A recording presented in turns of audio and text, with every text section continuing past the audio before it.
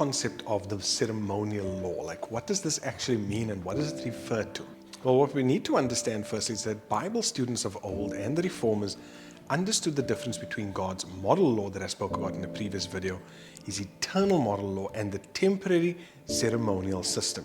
Here's why the feasts, the sacrifices, the rituals, and the temple ceremonies were grouped under the term the ceremonial laws.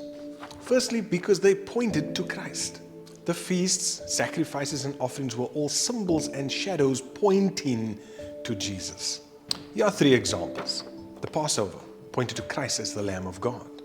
The Day of Atonement pointed to Christ's final work of cleansing the heavenly sanctuary. The Feast of Tabernacles pointed to God's people rejoicing with Him eternally. This is why in Colossians 2 verse 16 and 17, Paul calls them a shadow of things to come, but the substance or the body is Christ. Why? Because their main function was ceremonial symbols that pointed to Christ.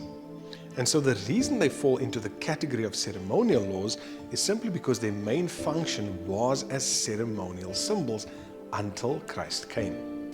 Number two, they required priests, sacrifices, and a temple. Now, every feast day involved ceremonies, sacrifices, offerings, rituals, and priestly meditation. And without the Levitical priesthood and the temple, these feasts could not be kept according to God's instruction. This is why Hebrews 7 through 10 explains that Jesus replaced this system with His eternal priesthood. Once Christ came, the ceremonial system ended, unlike the Ten Commandments, which still apply.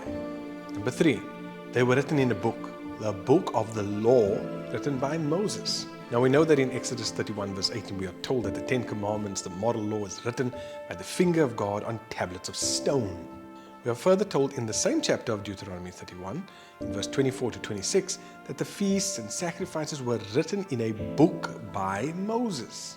So the book of the law contained the ceremonial laws. It was also placed beside the ark and not inside the ark, like the model Ten Commandment law.